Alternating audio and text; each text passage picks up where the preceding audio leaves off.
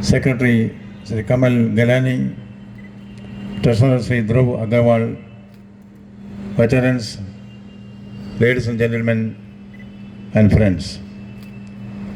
First of all, I express my gratitude to the President and office bearers of the club for giving me this opportunity to share this evening with you.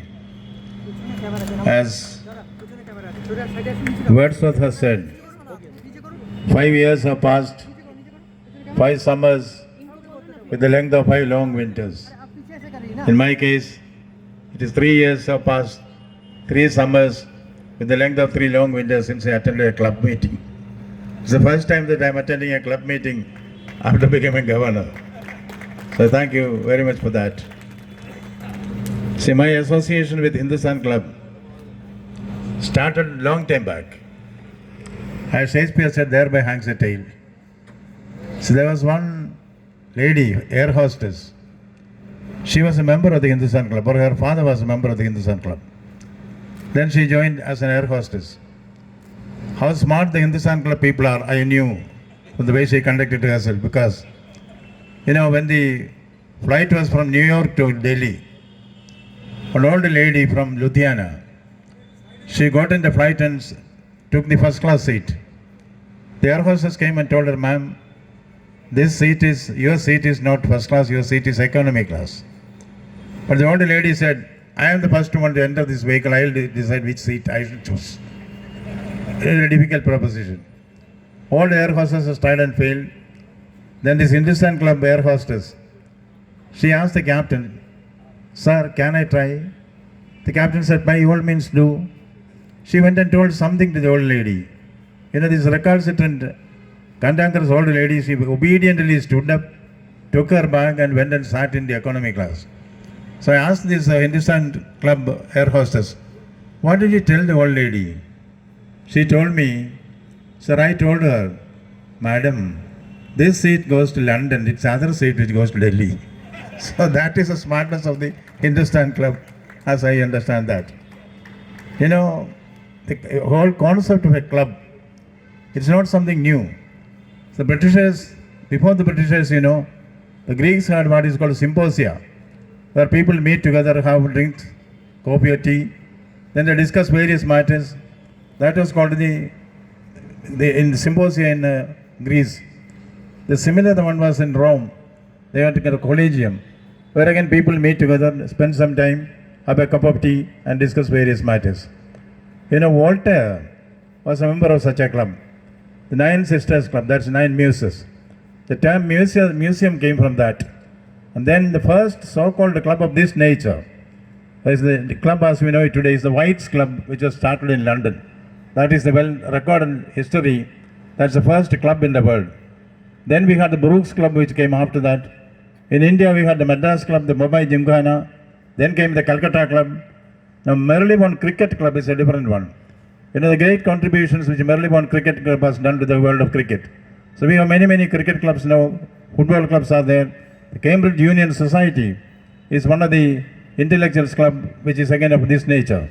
Then the Soho Club, which is a club only meant for the artists. So we are in the long lineage of such distinguished clubs of the world. And so I congratulate the members of the Hindustan Club for being an active member on this dignified presence of the various elite clubs of the world. Thank you so much for inviting me for this.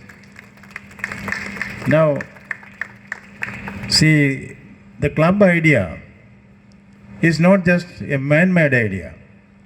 It is very much there in nature. The porcupines have a habit. When it is extreme winter, they huddle up together because they have no fur like the sheep or the other animals. So they cuddle up together. Hundreds and thousands of our porcupines will be together. So when they turn this way and that, their barbs will bite the other person, sharp barbs, So there will be little bleeding will be there, little discomfort will be there.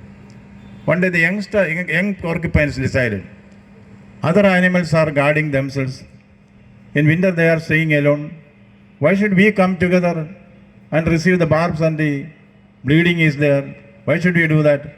Let us also stand separately during winter. So they also started like a nuclear family, They drifted away from the group, and then what we can call the porcupine club. They thought we will stay back independently, individually. Then what happened? When winter struck, they had no mechanism to defend themselves. All of them started dying. Then one of the old porcupines said, the bleeding with unity is better than the death of disunity.